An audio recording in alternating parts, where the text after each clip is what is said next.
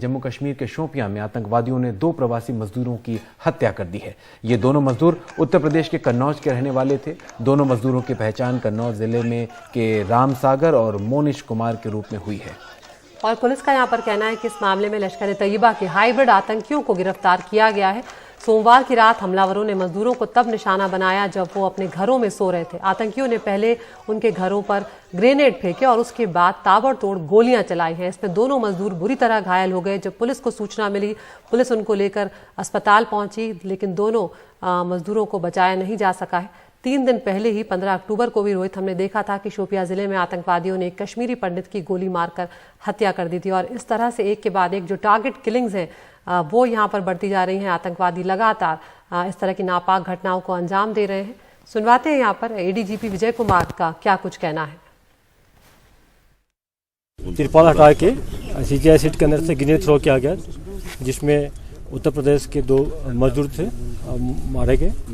और उसमें से जो थ्रो किया ग्रेनेड किया है हैवी टेररिस्ट है, और उसको हम लोग रात में ही पकड़ लिए। और बहुत सारे ऐसा एविडेंस मिला है जिससे प्रूव होता है कि उसने ग्रेनेड थ्रो किया है। उन्होंने कन्फेस भी कर लिया है। बाकी उसके साथ जो भी और लोग के साथ चलते हैं उसको भी अरेस्ट किया गया है। और हम लोग कोरोना सर्च जो हाईरोड बता रहे हैं वहाँ सर्च कर रहे हैं। कंटिन्यू धरना दे रहे हैं और दिन प्रतिदिन मतलब कि कश्मीर के हालात बदतर होते जा रहे हैं। वहाँ सूरत हालात ठीक नहीं है। उस वजह से हम वहाँ पे कैसे नौकरी कर सकते हैं जब सिविल किलिंग हो रही है, टारगेट किलिंग हो रही है, मुलाजिमों की हो रही है, ना लोकल्स की हो रही है। तो यही हम दरख्वास्त करना चाहते हैं गवर्नमेंट से, बार बार 140 दिनों से करते आ रहे हैं। एलजी साहब से हमने यही गुहार लाई है कि हमें जम्मू से कश्मीर से जम्मू को ट्रांसफर किया जाए। हम विगत 140 दिनों से यहाँ पर धरना कर रहे हैं और यही गुहार ला रहे हैं कि जान जो है हमारी बचाई जाए। मगर एलजी साहब हो चाहे डिबकम हो, वो लगातार ऑर्डर निकाल रहे हैं कि हम ड्यूटी रिज्यूम की जाए। तो हम पूछना चाहते हैं कि भाई ड्यूटी ज़्यादा ज़रूरी है या हमारी जान ज़्यादा ज़रूरी है? देखिए, हमारी एक ही डिमांड है कि हमें होम डिस्ट्रिक्ट में लाया जाए, बस। हम तो 140 दिनों से यही बात कह रहे हैं, ये आज की बात नहीं है। टारगेट किलिंग का सिलसिला वहाँ 1 साल से शुरू है और 1 साल से हम कहते ही आ रहे हैं। और मैं आपको एक बात और कह देती हूँ, हिंदू राष्ट्र के, राम राज्य के, हिंदुत्व के बड़े बड़े वादे किए जाते हैं सरकार की तरफ से। क्या ये है हिंदू राष्ट्र? क्या ये है हिंदुत्व? तो ये आपने लोगों को सुना। लोग यहाँ पर विरोध प्रदर्शन करते हुए नजर आ रहे हैं। उनकी नाराजगी है, वो सुरक्षा पर सवाल उठा रहे हैं कि हिंदू राज्य की बात की जाती है, राम राज्य की बात की जाती है, लेकिन आप अपने लोगों को ही सुरक्षा नहीं दे पा रहे हैं। इस घटना पर प्रियंका गांधी ने भी ट्वीट किया है। उन्होंने लिखा है कि कश्मीर में आतंकियों द्वारा उत्तर प्रदेश के मजदूरों और एक कश्मीरी पंडित भाई की हत्या की घटना निंदनीय है। आतंकी लगातार हत्या की घटनाओं को अंजाम दे रहे हैं, लेकिन सरकार के पास एक्शन के नाम पर केवल खोखले बयान हैं। आम जनता व प्रवासी मजदूरों की रक्षा को लेकर ठोस कदम कब उठाए जाएंगे?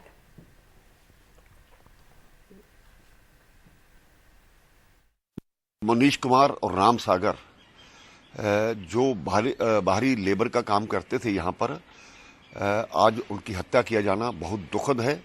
और इस प्रकार से जो लोग हमारे लिए काम करते हैं उन पर इस प्रकार से अटैक करना बिल्कुल गलत है। कहीं ना कहीं मुझे ये भी लगता है कि जिस प्रकार से हमारे लीडर्स जो कश्मीर में बैठे हैं उनकी जो स्टेटमेंट्स आती हैं उसके आधार पर भी इस चीज़ को अंजाम में लाया जाता है। ये गलत है। ऐसी स्टेटमेंट देना बंद करें, पाकिस्तान की वकालत करना बंद करें।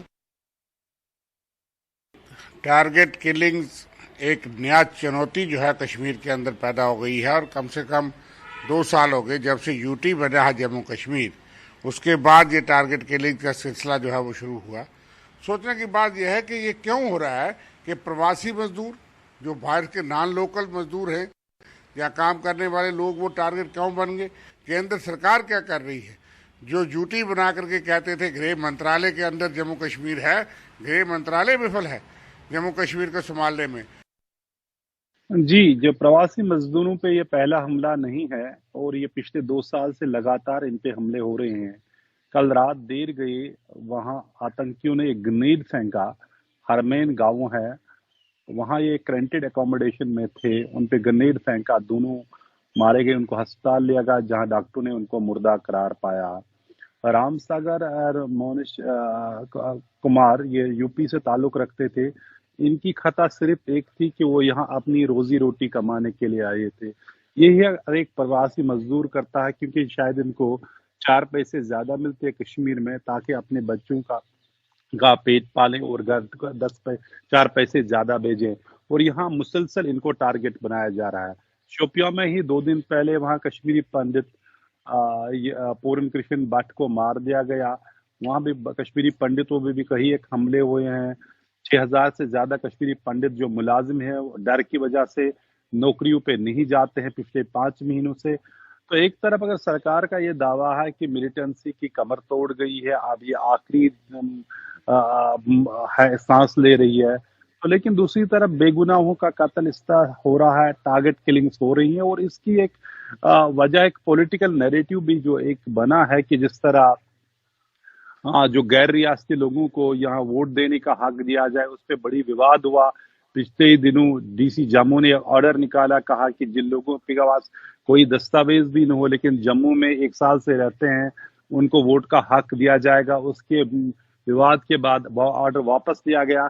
लेकिन ये ऐसे बेगुनाह लोग हैं जिनको इनका खमियाजा भुगतना पड़ता है। पुलिस का कहना है कि जो आरोपी इसमें है, जिसने ग्रेनेड फेंका, उसका नाम है इमरान बशीर गनाई। उसको गिरफ्तार किया गया। उसकी पूछताछ के बाद कई जगहों पे छापे मारे जा रहे हैं। कुल मिला के अगर देखा जाए, जब भी यहाँ टारगेट अटैक्स हुए, पुलिस ने या जल्दी या कुछ दिन बाद आरोपियों को या मार दिया इनकाउंटर में या गिरफ्तार किया, लेकिन ये हमले रुकते नहीं हैं। बेगुनाहों को सिर्फ इसलिए मारा जाता है उस यहाँ रोजी रोटी कमाने के लिए आते हैं या सियासत की बीट यहाँ चढ़ रहे हैं।